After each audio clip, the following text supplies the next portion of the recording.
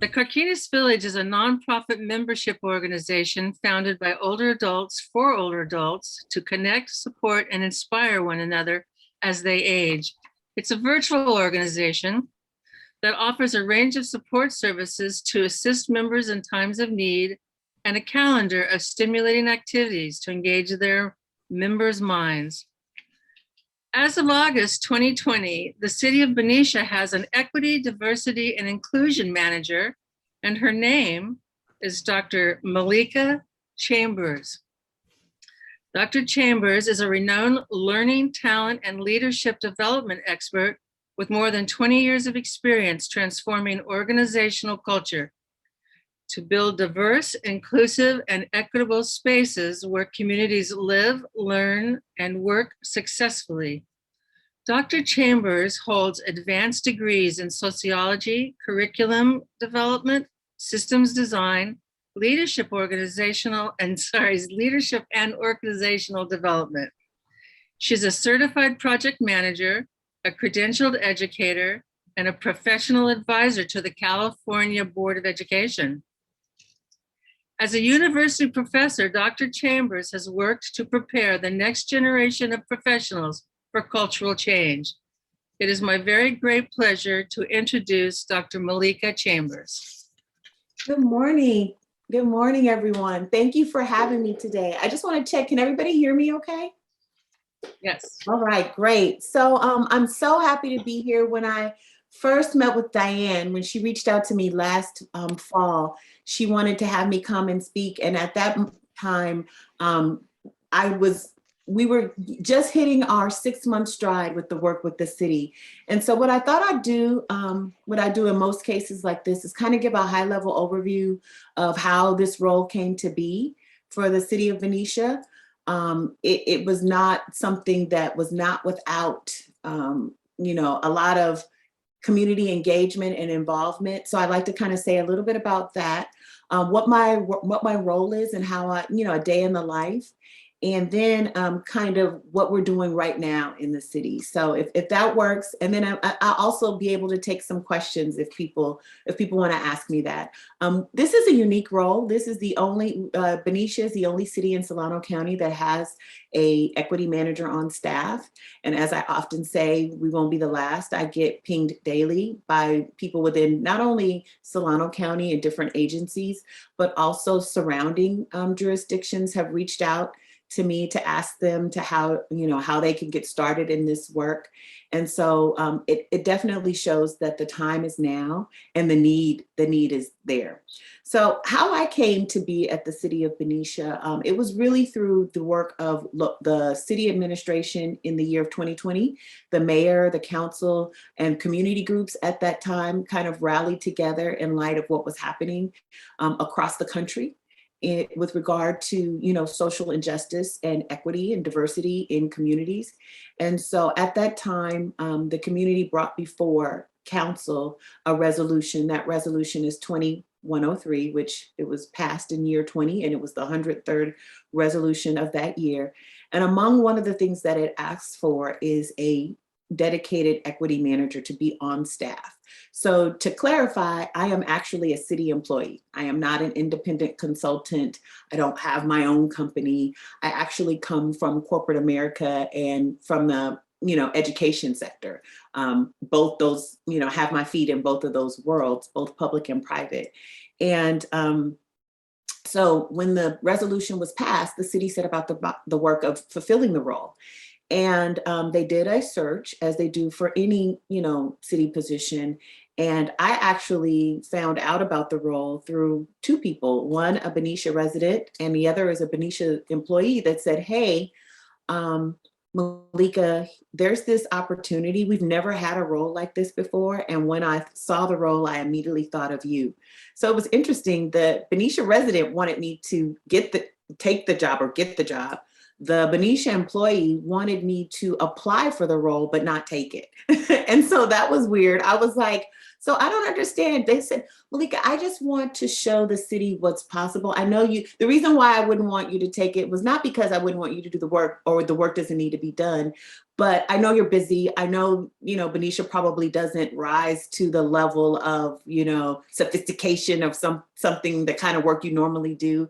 But I want to show city staff and leadership in the community what's possible. What kind of individuals exist in the world, that this is a real viable role, that cities and counties and government agencies do this work all the time. And I'd like us to be the first. So even if you don't take the role, the city will see what's possible. Because a lot of times, I think about job descriptions in general. They're written for the ideal candidate, not necessarily the person that the company would hire. And I liken job descriptions to my college roommates. She was a list maker. And, you hear it now, vision boards, but we've been doing this since long before, writing out these lists. And so what she would do is write these lists of her ideal life partner. And she would put all the things that she would have and want to do. And I'd say, one day I was frustrated because she was working on her list. And I said, your ideal mate is out there. I truly believe that there's an individual that meets every criterion on this list. However, you're not their type. Like, why would that individual want to be like, what do you bring to the table? Like, what would you offer to attract that type of individual and then become a life partner? Like, what's in it for them? So, I'm joking, but a lot of times we do that. We create these positions with the idea that the person is out there, will know them when they see it. And so when I went through the interview process with the city, which was very rigorous, by the way, I went through a city panel, I went through a community panel, just like you would for any other position. And when we got down to it, the city manager, Eric Upson, who I think he spoke to this group before, and he's an amazing man. I mean, outside of the work that he has to do as a city manager, and when I say amazing man, I mean the heart and the spirit that he brings to the work actually shows up in the decision-making process. And I can say that because I see it firsthand. But when he called me to offer me the role, he said, hey, Maliika, I just want to say that, we've never met a candidate like you. We've never met an individual like you. And I want to be quite honest with you. If you don't want to take this role, we understand, but it's highly unlikely that we'll be able to fill it. And what that means is because the administration that voted this resolution and the mayor and the people that were in place to help bring this to council, by this time, the council, the mayor, and some of the members had turned over. So there's the incoming administration inherited this work, and they then had to prioritize it with other decisions the city has to make, funding decisions and, program decisions. And so I thought really carefully about it. And I said, my own professional integrity says that, if you participate in that process, you should be prepared to, eat the steak, if you will. And so that's what I did. And so I joined the city back in, I think, April 1st of 2021. And we set about the work first of honoring the requirements that were in the resolution. So the resolution is public information. You can go search it up, Resolution 2103 in Granicus. It's a public document. And it lists a lot of things that the community and the city wanted at that time, my position being one of them, but also some of the work that they wanted the city to do as part of, creating what I call a legacy. And I call the work that I do legacy work for the city of Benicia, because while we're making decisions today, the impact of those decisions will lead into the future. So they asked for a committee on race. It's Committee United. The acronym is CURE, Committee United for Race and Equity. And they also asked for a Juneteenth celebration hosted by the city. They asked for the work that we're focused on now is to conduct an assessment. A lot of people want to know, Maliika, how do you baseline? Like, how do you determine what decisions you make? Where do you get the data? And I'll say a little bit more about that later. We want to do an equity assessment, which will kind of give us a baseline of where we are in the city and how we measure up on some key indicators related to equity, diversity, and inclusion.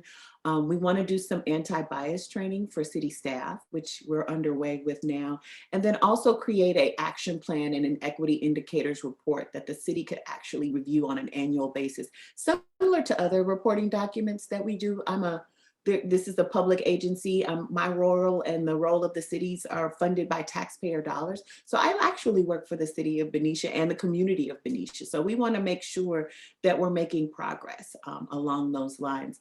One interesting story, and it kind of tells how things happen in the city. A community group that was instrumental in helping to create my role, which is Benicia's Black Lives Matter group.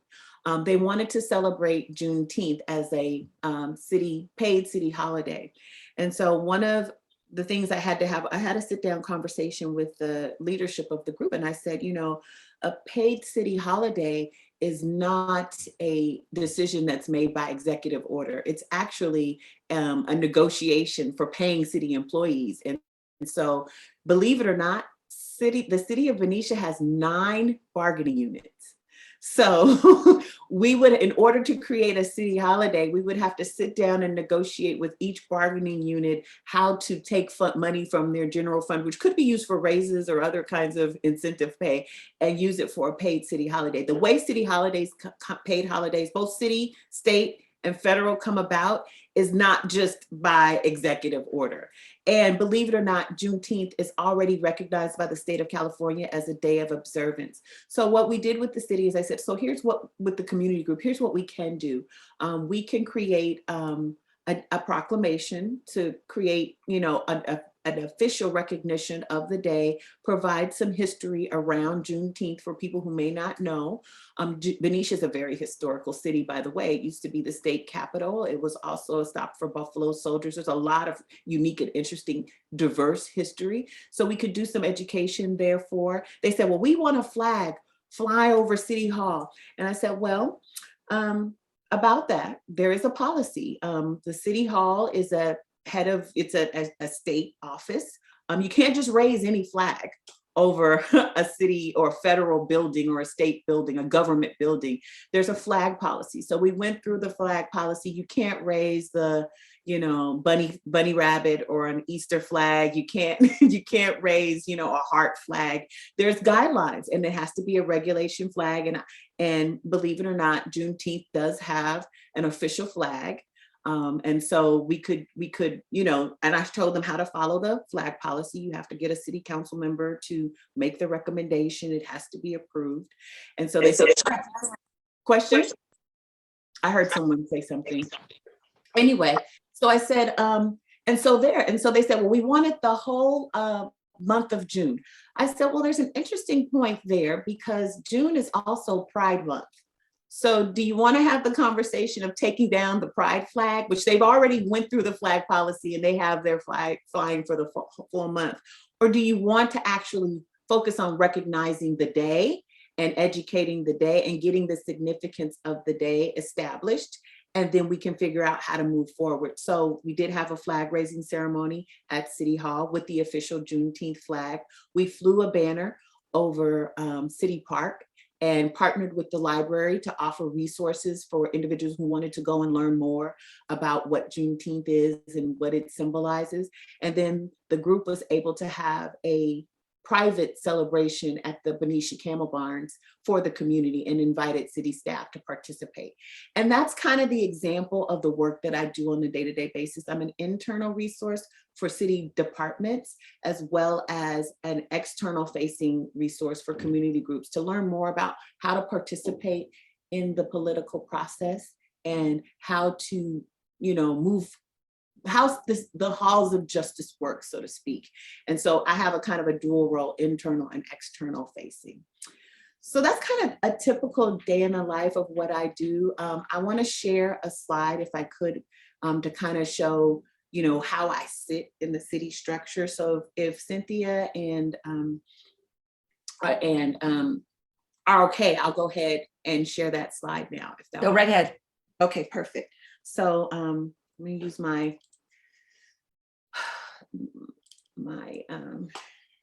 skills here. Hold on just a second, please hold. All right, and I want to share my screen and let me know when you can see my screen. that's me. This is my contact information. And briefly, I want to talk a little bit about this inbox. So a lot of people want to know how to get in touch with me. What is an equity and inclusion manager? And so what I created is an inbox, and it uses the acronym VIBE. And what I mean by VIBE is it's values, inclusion, belonging, and equity. A lot of the work we do with equity, diversity, and inclusion is change management more than anything.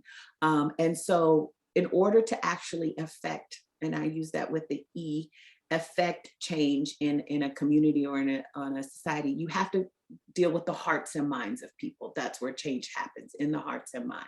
And so diversity, equity, and inclusion can be trigger words for some people, because when you use the term equity, the other side of that is inequity, right? So when you use the term inclusion, who's going to be excluded? So inclusion, exclusion. And so depending on where you sit in, the spectrum, there's a sense that in order to include, someone has to be excluded.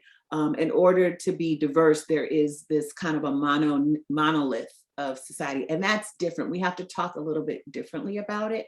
So when I use vibe, when I talk about what people value, you would find that there's more strength and commonality in values than there are in political opinions, and there are in, and so when you think about vibe, values, inclusion, belonging, and equity, it goes to the humanity of a community, as opposed to, having people separate along, lines that they may or may not be able to control. I use the term paint job and plumbing sometimes to describe how people are kind of forced to separate, or how they get categorized or boxed. So when people, reach out to me directly, they email that vibe at Benicia inbox, just so that it can reinforce, what happens. And so when people are looking for me.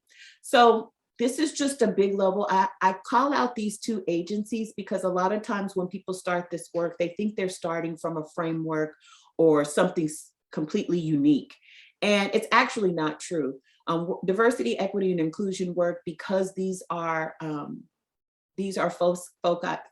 foci for all city and public and state agencies. There are actually groups that look at this work on a national basis. One is the Local and Regional Government of Alliance on Race and Equity, which is GARE, of which Benicia is a member. And believe it or not, a lot of Bay Area, California cities are members of these organizations, but members, what I would say, in name only, because, in order to do this work, you kind of it has to be somebody's job within the department. And then the National League of Cities. And so these two agencies, both locally and nationally, engage in work in helping to support cities that are trying to move the needle on these topics. And the reason why it's important is because diversity, equity, and inclusion touches everyone's life. When you're thinking about the elderly, when you're thinking about the unhoused, when you're thinking about the mental health and wellness, when you're thinking about when cities are making decisions around investment and sustainability, all of these factors need to be taken into account. Benicia has a huge project, a planning project that it's facing around adding 750 affordable housing units within the city along the gateway. And the question is, what is affordable? What does that mean? How are we, making smart development? Are we thinking about the impact to the surrounding communities? Benicia is a deep port city. It's one of 3 along the Northern California coast. Oakland is one, Benicia is one, and Washington State has the other. So it's a city that is highly engaged in commerce. It has its own wastewater, its own water district. It has its own it has refineries, it has biotech. So it's a small city with big city energy, if you will. So it is in a unique position to make decisions that have ripple effects through the surrounding communities based on what we do. So the Committee on Race and Equity is the accountability partner, I like to call it, or the thought partner to the city around doing this work. Myself, I'm a part-time employee. I don't have a staff. And so I have to be a good steward of the time that I have with the city and make the most impact for the time that I have. And one of the most difficult things I've had to do since joining the city is create an amendment to the very resolution that created my role. And so one of what that meant was the original resolution was very loosely defined, as you would expect, because, you know, never doing this before, we didn't know what to say, what to ask for. And so what they did was they created this role, but they didn't create any kind of a timeline or any kind of a true scope of work. They had a list of asks, but if not done thoughtfully, we could have just met those asks and then been done. So what I did was propose several amendments to the resolution, which would one of them is to define the scope of work. The original committee that was written into the resolution required that the city manager, the police chief, myself, and 2 city council members and 1 at-large community member to sit on the committee. Being a permanent subcommittee of city council, that would have, having all those members be on a committee would be ripe for a Brown Act violation, because with me reporting to the city manager and with me, you know, the police chief reporting to the city manager, any conversations that we had outside of a committee meeting would constitute a Brown Act violation. So the very composition of the committee was flawed. Also, would you want to have paid city employees who have other jobs doing this kind of work, making recommendations to council members making recommendations to themselves? So we had to reconstitute the committee to have more community engagement. And because it's a subcommittee, we went through the boards and commissions process to seat the community members. So we got that done. The next thing is going to be to partner with the National League of Cities to conduct the equity assessment for the city. So we can look at areas where the city actually is doing well and where there's areas of opportunity and make that public so the city could, so the community and council can see where Benicia stacks up on the national and the local and the state registrar on these topics. And then we will work to create a strategic implementation plan for how we, meaning the city of Benicia, will address these areas, what we will do, and publish that for the city community, and then also work those strategies into some of the other areas, whether it's the police department, fire, HR, how we source talent or recruit for city jobs, the planning department, and how we're going to make investments into the city to create sustainability. Anti-bias training for staff and elected officials. And I say this, and it's not always popular. Bias is our natural human way of being able to protect ourselves or categorize information. It's part of being a human being. You have an experience, it shapes you. You know, you're developed in a certain way, you're exposed to certain things, it shapes you. And that experience, that lived experience, helps you to be able to process and make decisions later in life. We all have biases. And so for us, the work is seeing how our biases show up in our day-to-day life and how we make decisions. And where there's opportunities, create new experiences or create new frameworks that our brain can choose from in a different setting. That's how we grow and mature. You learn how to cross the street. If you were afraid to cross the street, you learn how to cross the street, and now you can cross the street safely and you don't have that fear anymore. It's a very, you know, kind of a weak analogy for talking about how we change our minds and change behavior as a result of that. But we want to create some tools and some framework for people to use when they're in situations where they may identify that, oh, you know, I'm thinking that because I have a preference or my life experience has taught me that. What should I pull from? What lens should I use to evaluate that? So I'm an internal DEI consultant for the city, looking at the impact of some of our policies and procedures. And the reason why we have to look at policy and practice, because we all have, every city and county and agency has policies and procedures. That's part of what government is. But if those policies and procedures in practice are showing up in a way that is disproportionately or impacting a community or a group or a population inadvertently for the negative, then we have to examine that and figure out what steps to take to remediate that. And as a resource for the city, Staff reach out to me all the time to say, hey, Maliika, can you look at the language in this? You know, one thing that the city used to do is have a lot of town hall meetings. That's what's common, a town hall. COVID has changed how we do that, so we're able to get more participation. But I asked them, you know, the planning department, rather than an open house or a town hall, which in and of itself applies a different lens, how about a listening tour? A listening tour is basically where people can come and share ideas, and your role as the listener is to take in the information, not make decisions, not necessarily give an answer.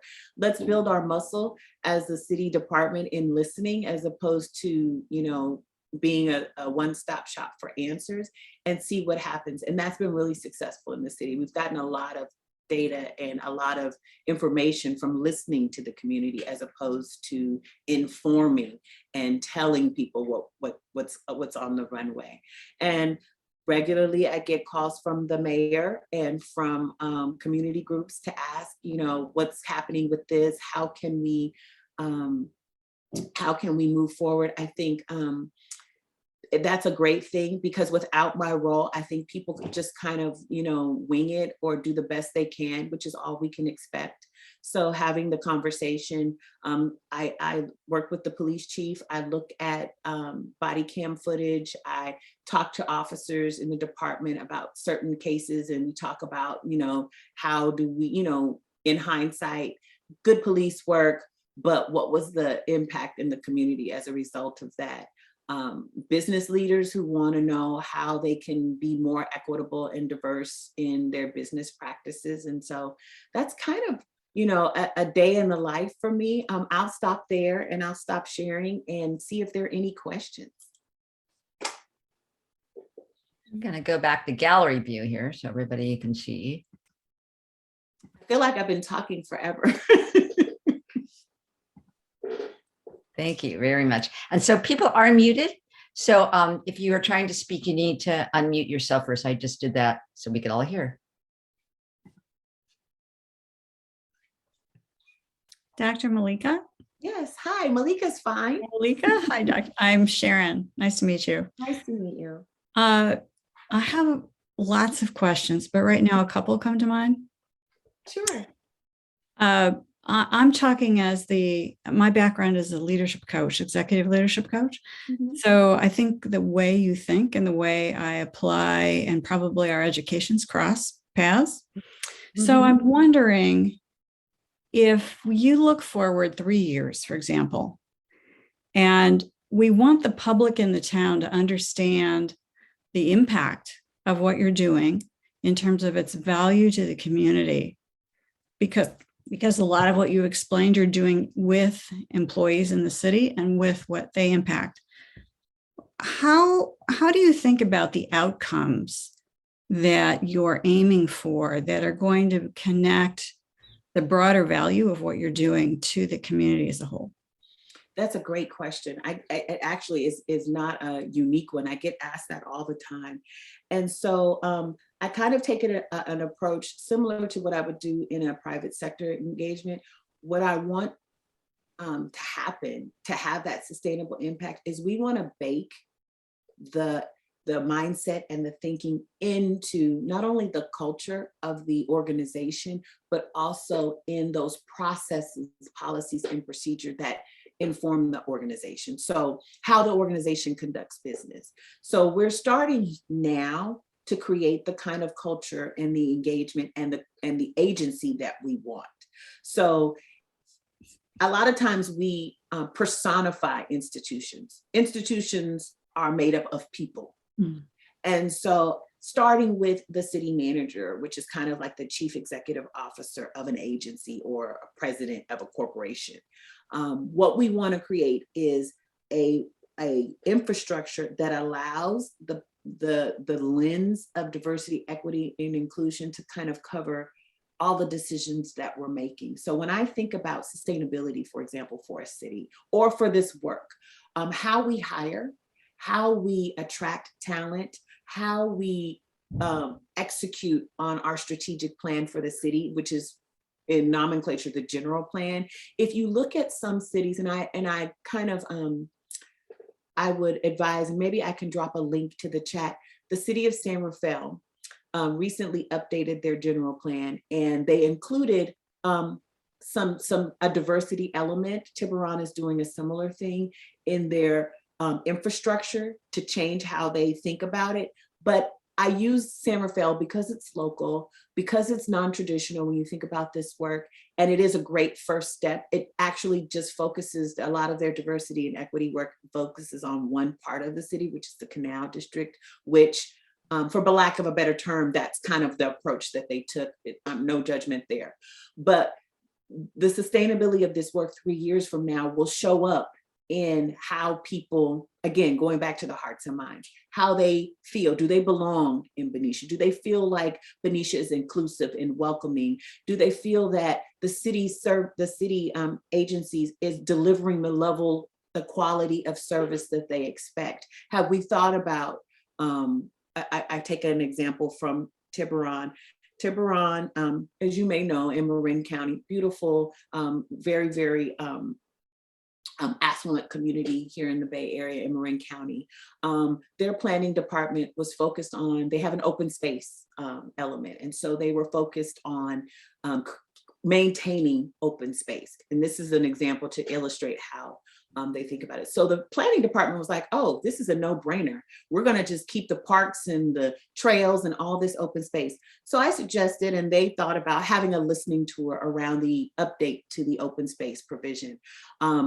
They had the listening tour, over 100 people showed up, and the surprise and shock for the planning department in Tiburon is like, we don't want open space. We want affordable housing. We want people to be able to move here and support the tax base and be able to afford a home here. We want young professionals or people that are starting families to move to Tiburon so that we can get the infrastructure that we need to be able to be a sustainable city. And so if people feel like they don't belong here or they can't afford to be here, what good is all this open space if if there's nobody here to enjoy it?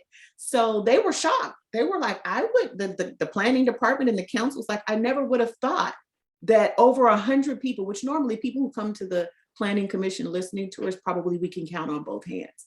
But in this instance, over 100 residents showed up to say, we want a different city. And so just that engagement with the community to actually hear what is informing how they make decisions. And because it came from the community, if we have 700 or we have a new housing development, or we decide to develop some part of this open space, that same engagement helps to define how we develop. It has to inform those decisions. So when you ask about what are we doing for the lasting impact, part of what we have to do is engage with the community that we serve, as opposed to being traditional and just saying, well, we kind of know what people want. Do we? Have we asked? And that's kind of some principles that I use to guide my work. I have, about 5 or 6, but one of those, I'll just share them here with you. One of them is take space and make space.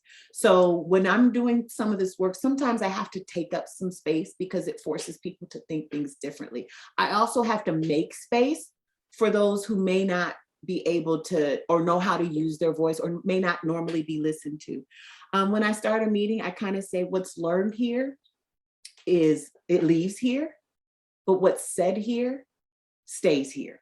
And so sometimes in having those conversations, I want to create a safe space for people to say what they're thinking and work through, but not a kind of a secrecy, like kind of what happens in Vegas stays in Vegas, but emphasizing that if you learn something in this conversation, take that with you instead of the details. I also use the term, offer what you can.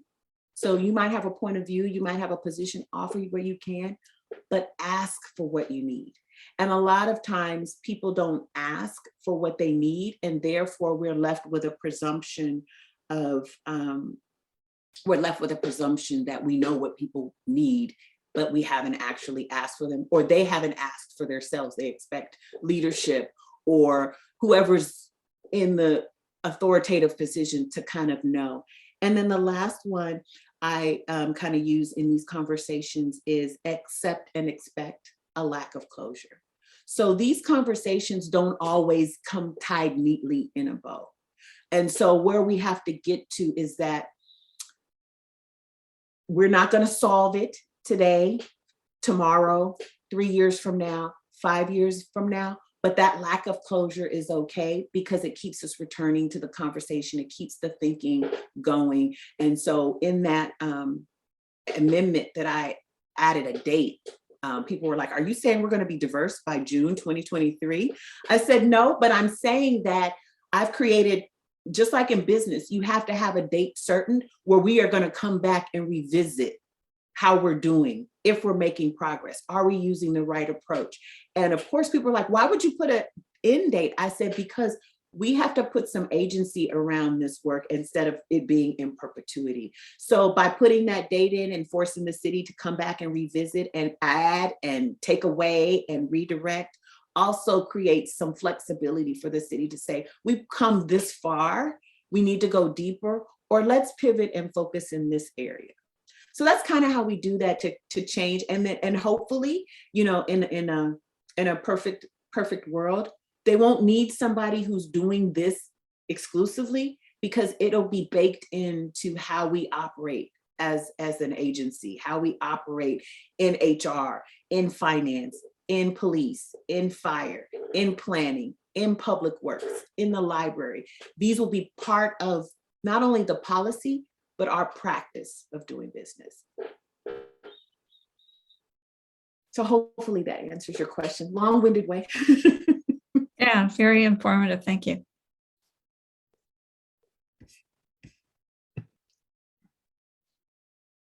Other questions? I'm always curious when I have these kind of what I call a meet and greet or a community conversation. I always think about how the agencies that I'm meeting and greeting for the first time are thinking about the ways that equity, diversity, and inclusion permeate into the work that they do, whether it's the Chamber of Commerce or the League of Women Voters, the AAUW, all of the places, the wonderful parties and places I get invited to. I always wonder how they're thinking about in their organizations this work. So it might be, you know, great to think about what Carquinez Village is doing in the areas, or how they see, you know, connections or in the work. I'm curious. If this is Elizabeth. Hi. Hi. If somebody wants to address that, I'll wait. But otherwise, I wanted to kind of comment on a couple of things you said. When I was in graduate school years ago, Jerry Brown was governor, and he had, or was he governor?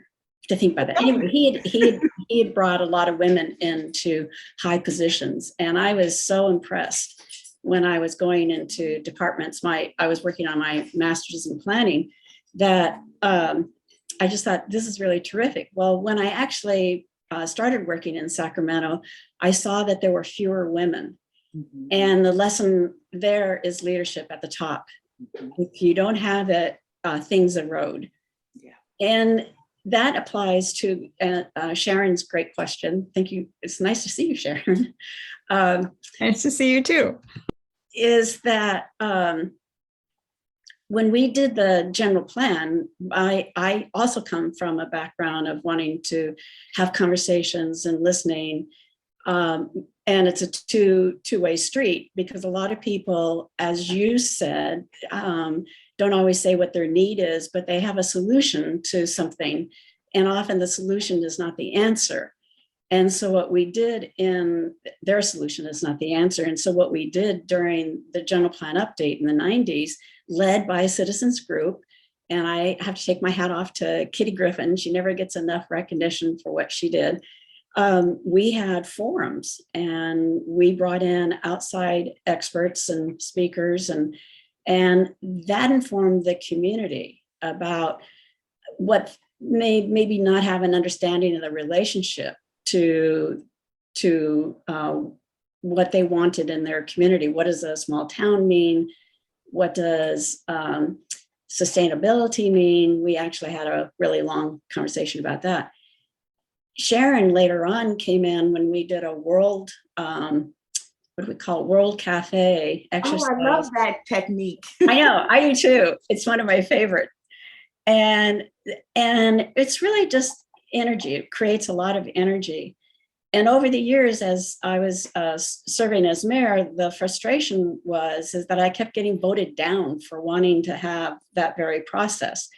Because the more that people are engaged, the more information they gain, and they make smarter decisions. And so when you talk about inclusiveness, I'm sure you can have a lot of people in this community, and it doesn't matter whether Black, brown, or Indigenous, that they feel excluded, that they don't feel part of the community. And the whole purpose we had in the general plan, and then subsequently, as long as I could get away with it, to have these gatherings, and so that people felt included. I think that's really fundamentally lost in the community, and it's not just because of COVID. And I think that is a huge challenge that this community has, is to get back to recognizing that the wisdom doesn't reside in 5 people. It is from the community. And so I'm hugely impressed with what you've been saying. And never in my wildest imaginations, while I was struggling to get this vote done on the resolution, would I think we would have such an amazing person. And I think the city is very lucky indeed. And I'm looking forward to working with you in some capacity.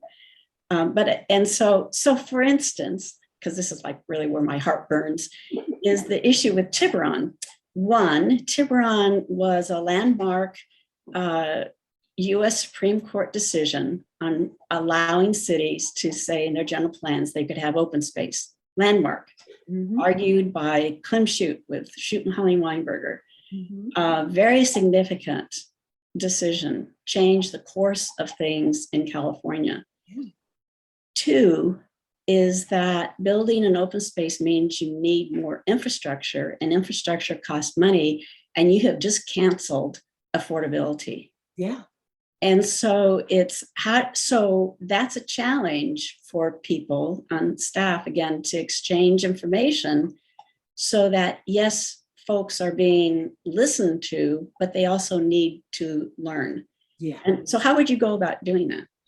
Well, I'll tell you Tiburon's short answer. They wanted to hire me. But I'm betrothed to the city of Benicia. So part of the challenge is, though, the city attorney, as you know, for Benicia is also the city attorney for Tiburon, Millbrae, and San Rafael. So they're trying to barter some kind of an agreement. But the consultation service, I'm a public resource for the city of Benicia. So I'm helping Dina and the team over there as much as possible to be able to craft. And again, they have a diversity task force also made up of council members. So I don't know how they're getting around the Brown Act for that, but the idea is that they're working to change that now. But I want to go back to how we do it in how we're thinking about doing it differently, and that educational component that you say, Ms. Patterson, about how to engage the community. A lot of times the community doesn't know how to engage with city government but for the council meeting. And so they think if they come with their 2-minute speaker card, that they're actually in the position of actually influencing a decision. And maybe you might influence some questions, but as I've been educating local community groups within the city of Benicia as to how to engage with the city, the time to engage with the city and share, your perspective is not at the council meeting, but it's because at that point, the council is just making decisions on things that have already been put before the council and review. If you really want to impact, you have to get involved, and that might be sitting on a commission or a committee or a board, getting involved with the city, but also knowing how to, have a productive, it could be conflict, but a productive conversation with a decision maker within the city to get that moved forward. And to your point, people don't understand how that happens. They don't understand what the open space and the infrastructure. So a lot of the work that I do is educating. When I go to speak sometimes at an agency, I don't go alone because I want to change the public perception that there's a unicorn, that you need a woman of color with that's highly educated and articulate to do this work. I want it to be work that any city or agency could do regardless of paint job and plumbing. But when I go to meet with the Chamber of Commerce, I bring with me in Benicia, we are fortunate that our planning director now, Susan Thorson, who previously was Brad Meisner, she's a woman, you know, and I bring her with me because there's strength in numbers. And so when I'm speaking about the topics that I'm knowledgeable in diversity, equity, inclusion, I bring that subject matter expert to educate, in this case, the business community, small business community, about how these decisions impact and how they need to organize and think differently about how they do their work within the city of Benicia. That's just one example. So with Tiburon, if they are successful, they have this information, as you shared, they have the data. Now they have to figure out how to implement or how to create an action plan and what would be the long-term impact of doing that. So they're updating their general plan. They want a diversity element. They've never done that before. So now they're trying to outsource to get that talent and that expertise in to help educate them on how they do that. And then, which is great about Tiburon, and I'm just using that example because it's fresh in my mind, they don't want it in lip service because, as you know, that if you put it in there, you can be held accountable for what you say. They want to put it in there in such a way as part of their general plan that it's actionable and sustainable and that they could build on it for years to come. So eyes are on them to see how they're doing it. We're doing something similar in Benicia. However, in Benicia, we don't have the same mandate that the council has given to the Tiburon Planning Department that it must be in there in that prescriptive way. I'm working on the back end to make sure that it shows up in the work that we're doing in Benicia's general plan. But they don't have an internal consultant to help them do that, like Benicia. Tiburon does it. We're fortunate in that regard. So that's one way in terms of educating and engaging the community, but also working within the city agencies to make sure that the staff is educated and be proactive and not reactive. I think in Benicia, because of what was happening, a lot of cities, because of what happened in 2020, everybody pushed to react, to create something, to do something. I often caution city departments to be responsive, not reactive. And in order to respond, we have to know what the question is or what the ask is. It's going back to that. I've done a lot of work with particular incidents in the city of Benicia. We've had, the misfortune to have a couple of incidents that have happened recently in the town that could have gone a variety of different ways. I'll share this for the group. I'm not sure of if everybody is on the call is from Benicia, but about 7 months ago, there was an incident at the Rayleigh's supermarket in the Southampton neighborhood or part of Benicia, where African-American youth experienced what they described to be racially derogatory efforts, slurs and actions by a white citizen of Benicia. And so in that situation, the Rayleigh's staff, took the young people in, kept them safe, notified the police. The police, did their jobs, apprehended the suspect, and what happened was supposed to happen. Everybody went home safely. The suspect was apprehended. Well, there was a lot of chatter on local community platforms about what happened and what should have happened. Immediately, the police chief reached out to me and said, "Hey, Maliika, this happened. Here's what we're seeing on our Facebook pages, on our community forums. We want to know how to do it in this particular instance." And I'm sharing this because it didn't happen. But the immediate reaction was to tell the community, "We've apprehended the suspect. Here's what happened.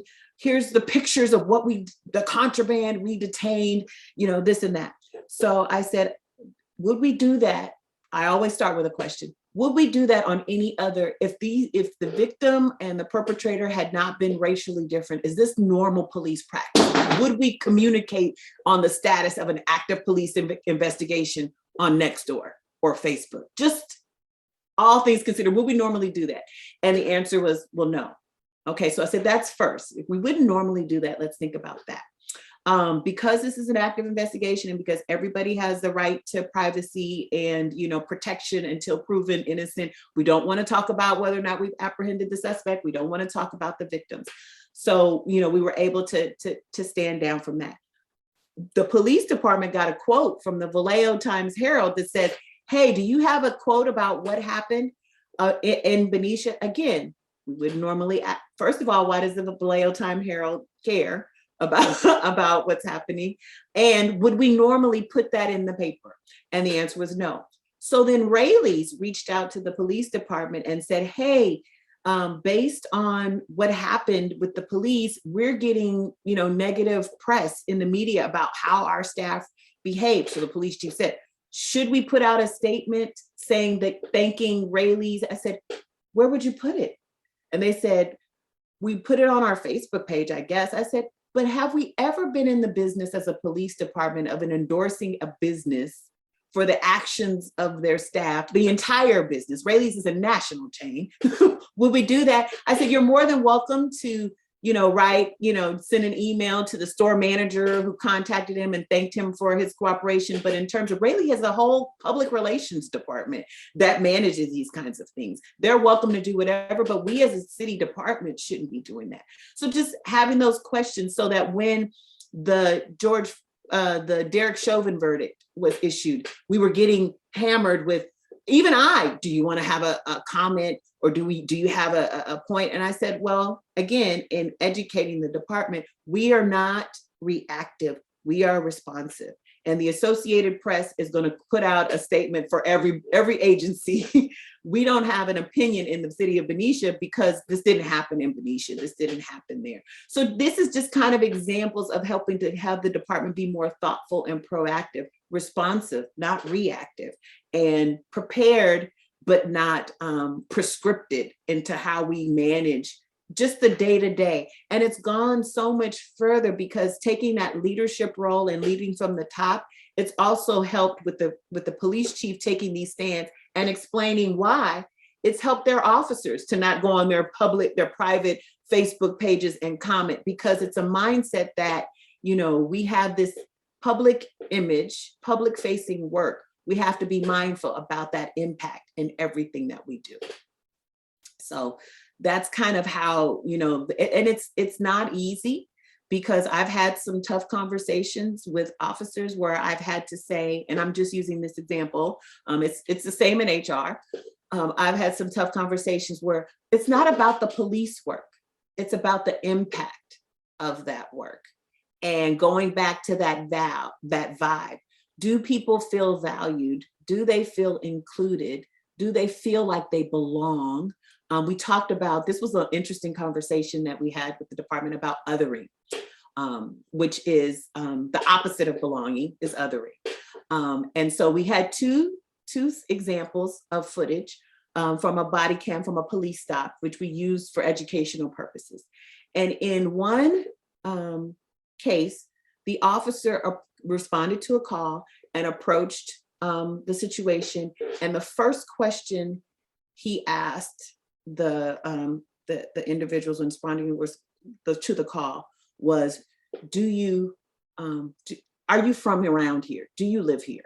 That was the first question, not are you okay? Not my name is officer so-and-so. So that was one answer. And in that particular instance, asking that question first set up a power dynamic between the people that he was responding to the call and himself.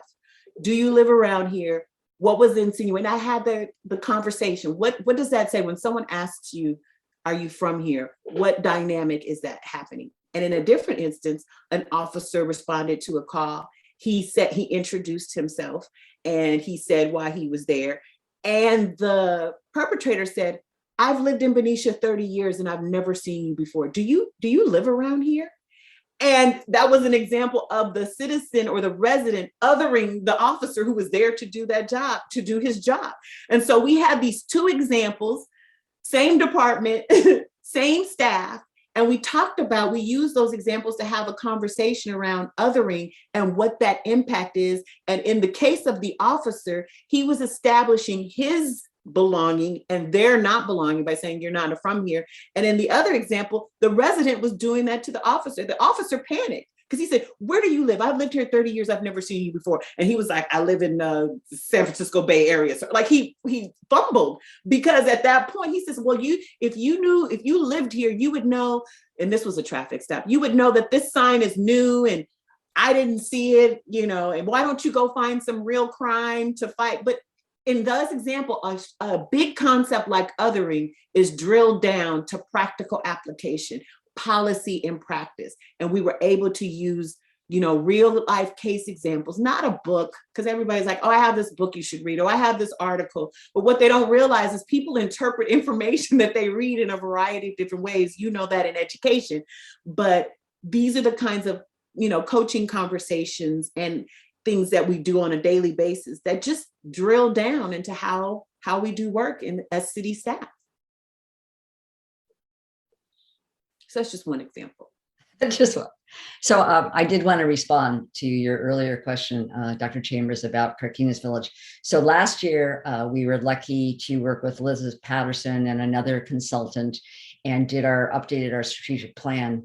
And one of the pieces that came out of that for us is that we really wanted to be a more inclusive organization, that we are a membership organization. And we, therefore it's that right there sometimes is a barrier for people, but that we wanted to basically in 3 tenets is one is be a more engaged partner in the community, outside of just our village itself. The second is to make sure that we are doing things like this. This is a program that we do on a monthly basis that's open up to the community, not just our members, right? And so we wanted to educate, to become a forum to educate ourselves, as well as others about, and I loved what you talked about othering. I thought that was so right on. And then the third is looking at our materials. Of how we present ourselves. Are we inclusive? And we're not. And so we're taking a good look at all those 3 major points right now in this year to really see how we can become a more inclusive organization. And we chose actually not to talk about diversity, but inclusion. We want to be an organization that people will want to be part of. And part of that is feeling welcomed. Yeah, I think that's amazing. I think that's the right approach. I would just add, when you're thinking about engaging with communities, I always bring it down to the human element. What is the relationship that you want to have with communities? Do you want to be a source of information, or do you want to be a partner? Or do you want to be just a safe space? So determining the type and the quality of the relationship you want to have will drive what you do. So if you take it as a human connection, it's like, do we want to have a professional affiliation? Do we want to be part of each other's network? That's one relationship you can have. Do we want to be a partner in the same work? So do we want to engage a community so that if there are resources that we offer or provide that we can share, if there are resources that we need, we can take, going back to that take space and make space. What is the nature of the relationship? Because we can't, being a small organization, being member driven, being a volunteer organization, there's only so much that we can do. There's only so far we can go, and not wanting to overextend, because what ends up happening is that we want to be all things to all women or all people, and we end up not being able to be anything, be anything to anybody. And it was like, dang, not really. And so sometimes a damaged relationship or a broken relationship or an attempt can net the opposite effect, because and it doesn't sound good to say, well, we tried to be inclusive and it didn't work, or we tried to engage and it didn't work. We have to be thoughtful. I use both terms, thoughtful and strategic. And the strategic part, sometimes we go straight to tactical, even thoughtful tactical. Like thoughtful tactical could be, we're gonna have this conversation. at 10:30 in the morning when people might be working, or they might be, or we're going to have this at, 6 p.m. There's no right time of day to have any meeting. Just put that out there. There's no right time. But being thoughtful and tactical is, we had great intention and we moved, but we weren't strategic. We didn't think about, that's why you have that strategic plan, because that's a plan that's going to inform, but it doesn't necessarily, it's not a report. It's not what we've done. It's a plan. And so thinking about that thoughtfully and strategically around the execution of that plan will bear out. But we have to look back. A lot of times, just like with the 8-year strategic plan, we are always looking forward. We never look back and say, did we or didn't we? And that should inform any updates or whatever to our plan. So if we have a plan and we have a strategic plan, we also should have an implementation plan of how we plan to do it, and an opportunity for assessing impact, effectiveness. What I use in corporate are efficiency, effectiveness, and impact. Efficiency is, how long did it take us to get out of the gate on this? Effective, how effective were we when we got there? And what's the long-term impact of the action that we took? In this particular conversation, very efficient because we had a time bound. Effective, how effective was this conversation in terms of impacting the hearts and minds of the people on this call and the people who will watch this call, moving on. And then the long-term impact of conversations like these remain to be seen. We don't know. We were impacted today by talking, but there might be some long-term impacts as a result of this speaker series that we need to look back and collect, evaluate. Was it impactful? Did we have too many, or did we have not enough? Should we have made them topical? Should we have invited, marketed these conversations and invited more people? Who knows? But that's kind of that balance that we think about in terms of engaging partners or networks, creating networks of affiliation. And maybe our first step is to build that network, because that's something we can do and it's sustainable. And then we gradually step into, as we learn more about the space that we are in and other people that are in this space, maybe then we can step into some partnership or some, other types of things, but we're going to take the time that we need to get there. I appreciate that. Yeah. Other questions? Comments for? Oh, I see a hand. Go ahead and unmute yourself. Jean. Yeah, I have a question that's probably pretty naive. If a resident of Benicia witnesses an act of racism that is violent or threatening, should they report it to the police? Should they involve the police? Good question.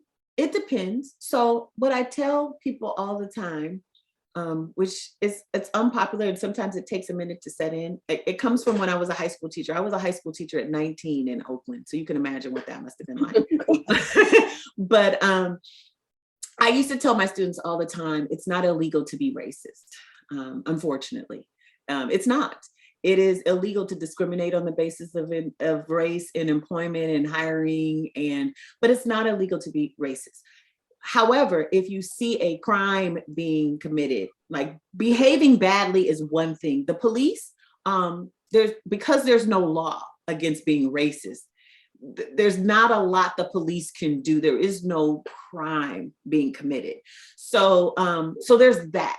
Now, if you see a city employee behaving badly, that's an issue of conduct, which there is a code of conduct for city employees. Residents, unfortunately, don't have a code of conduct. It's those, it's those values. So what I would say to that question is that if you see something that you feel is disturbing, this is a perfect example of some work we did with the dispatch. And this is why I ask you about calling, what should you report it to the police? Because unfortunately, for all of the wealth that the city of Benicia has, certain departments are completely constrained, which is the police, because Benicia small city, big city energy, they have a large space to patrol, and there's no mutual aid available from Vallejo, Fairfield. Nobody has any resources to help law enforcement. So they have a large, so one of the things that we had when we were looking at the call data, there were a lot of calls for suspicious activity and a lot of calls for there's somebody on my street that I don't recognize, and I've lived here for 20 years.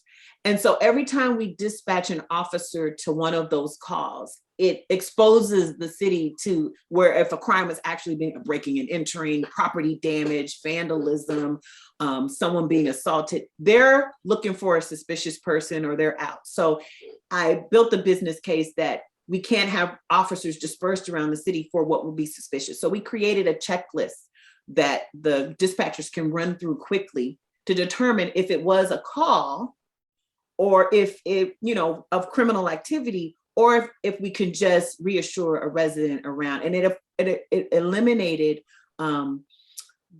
race out of place, calls for people, a person of color is in my neighborhood. It eliminated bias by proxy because a lot of people take walks in the evening, they walk their dogs, they may have children visiting. So unfortunately, long-term residents, you don't know everybody in the city that could be walking on the street. They could have guests. So we wanted to eliminate those situations that could quickly escalate. So I say to you, if you're in observance of a crime being committed, automatically call. If you think that you feel for whatever reason unsafe, absolutely call, because we want their primary goal, the whole reason the police department exists is to protect and serve. So of course do that. But people behaving badly or people being racist, which might require a lot more quantification, it's kind of hard. We could actually escalate a situation by bringing the police, and I'm working with them on that, how to de-escalate, with the police chief as opposed to escalate, just because of the social climate that we are all in as city employees, because when these incidents happen, the entire community is impacted. So I do say, if you are, when in doubt, call, and we have some strategies in place, but also be thoughtful. Am I witnessing someone behaving badly, or am I witnessing a crime being committed? Because that kind of helps the police be able to respond appropriately. Thank you. You're welcome. Jean has her hand up. Thank you. Hi, Dr. Chambers. I'm very happy that you're here working in the city and working for us. Let me lower my hand now. So my question and concern has been getting more people of color, people of different backgrounds on boards and commissions. Mm-hmm. And I'm really excited about the Committee Unified for Racial Equity. And I'm wondering if that's a topic that can be addressed on that committee, or and I know that City Manager Upson has recently, at this past city council meeting, is talking about, with the rest of city staff, reorganizing all of the commissions and boards to make them a little more efficient, not a whole lot of boards, not a whole lot of commissions, combining them, which I think is a really good idea. Just overall, it'll be more efficient in having more, meetings at the same time, all of that. We have so many vacancies. Yeah, and there are a lot of vacancies. Every year, we're always hearing about vacancies coming up. So I'm just wondering, though, getting the word out, that's such a difficult thing. People don't always know. I mean, they're announced at city council meetings, but very few people observe or attend city council meetings. They might be mentioned on the city website. I know the city website has that volunteer app too, that they've put, that people can download. But again, it's not marketed. It's not marketed, exactly. So I'm just wondering how that word can get out. And then I have one more question after this, a very short question, but it'll be a very brief answer. I know it will. So anyway, that's my first question. Well, first thing we have to find out, we have to do a better job of marketing what the boards and commissions process is and what it does. So a lot of people would probably participate, especially now that everything is on Zoom and you don't physically have to go to the meetings.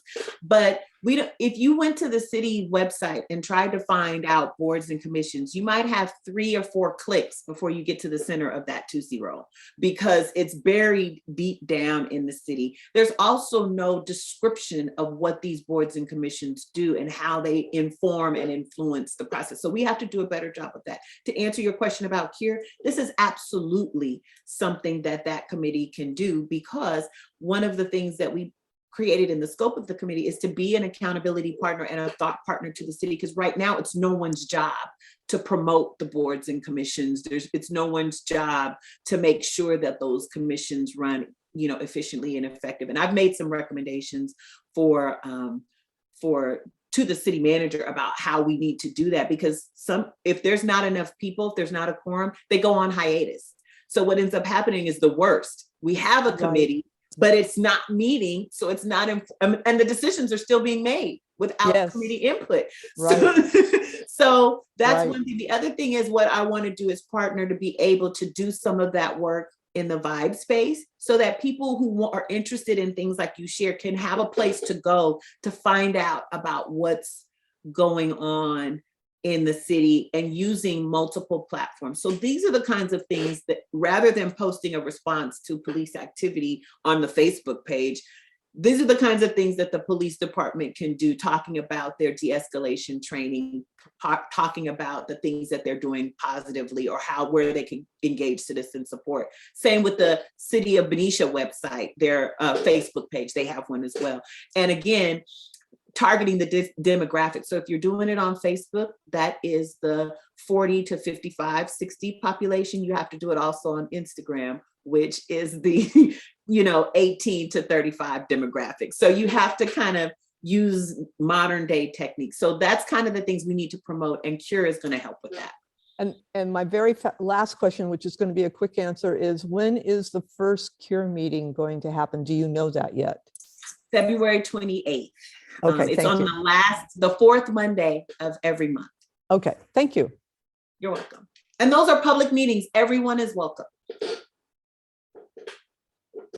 So I have my hand up, and I wanted to add some information to the interesting discussion we just had about the serving on commissions. And I actually didn't get involved in the council meeting because of the history that I'm going to cite.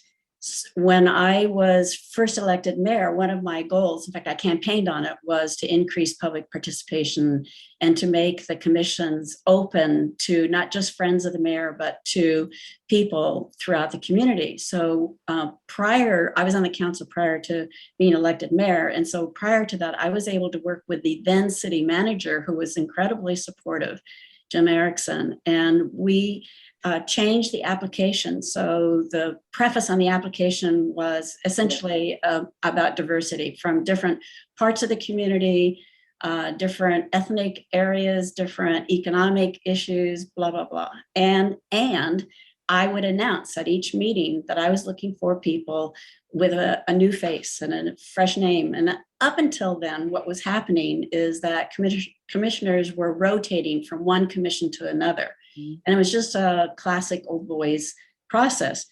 Well, that flooded the applications. We always had so many, and we interviewed them through a process that was modified. Won't go into the details on that. And that was pretty much sustained for quite a while. But it began to diminish as staff changes occurred. Mm-hmm. And we got less and less support from staff, to the point where one day I discovered, because I would interview each of the applicants, and I discovered that staff had decided to take the preamble on the application off. Oh, wow. And I had designed the application, so it elicited other participation and so forth and such. And so I went in with anger, I would say, because it was just so disrespectful to elected officials as well as the community. Mm. And so in other words, there was a robust participation at one time, and we recognized it, we rewarded it. I tried to have a lunch to recognize the participants on the commissions. That never quite developed, but we did do a major recognition at City Council. So I don't agree with consolidating a whole bunch of commissions, because back to your point, when the community is engaged and they have an opportunity to be asked, they will show up. They will. And And to your point, expanding the definition of who participates, because there is a perception that these opportunities are restricted or limited, and it needs to be policy and practice. So you created policies and practices to support. right. So if you look at what Berkeley does with their commissions, and they're a larger city and they have a lot of commissions, but you look at other cities and how many commissions they have, we're not out of bounds as a city. But if you look what Berkeley does, is that the chair of the commission is actually designs the agenda. Mm-hmm.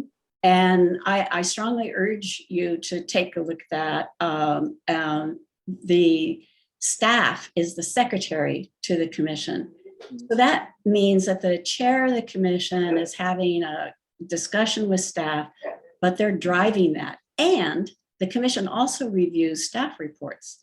And so when you get a staff report, you're getting from the commission, not what staff has interpreted, but actually from the commission. One commission we had, which had a lot of money that supported it for a long time, was the Community Sustainability Commission. And the chair of that was very good at setting agendas, but she constantly had to fight with staff in the beginning because staff wanted to drive everything, and instead of being a collaborative process. So it's not it's not the number of commissions, it's really the approach that you take, the inclusiveness, the support of staff, and then being driven by, you want the community to be involved. You want to bring in more people, not fewer. And we need to have the processes to do that. So just in closing, just for CURE, I want to clarify, because I'm a city employee, I'm staff, so I cannot chair the commission. So a lot of times when I'm saying that, so hopefully we can model some of that practice. We did rewrite the composition of the committee through resolution in order to increase community engagement, all community members. So we're hoping that we can model some of those practices within CURE for some of the other commissions. I think, to your point about Berkeley, and to your point about the work that you did at the time that you were part of the city administration, right now, the city is struggling with vacancies just in general, not just on commissions, but just for key staff positions because of retirements and aging and health issues. We've seen more city postings in the last 2 years than we've seen. I think what the HR department is saying is routinely, because people used to come to Benicia and stay and work there, even if they didn't live there. And now we're on our, third or fourth finance director, a new community development director, public works. So there's a lot of turnover. So hopefully we're getting better at that. But all right. So I want to just thank you on behalf of Carquinez Village and the community for meeting with us today. It was a great discussion. We went way over our time, but thank you for giving us so much time of your time. And I can tell that there'll be more communications and conversations going on through the CURE, through other private conversations. So thank you very much for joining us today. Thank you for having me. And please feel free to reach out to me anytime. Thank you. Thank you. Thank you. Bye-bye.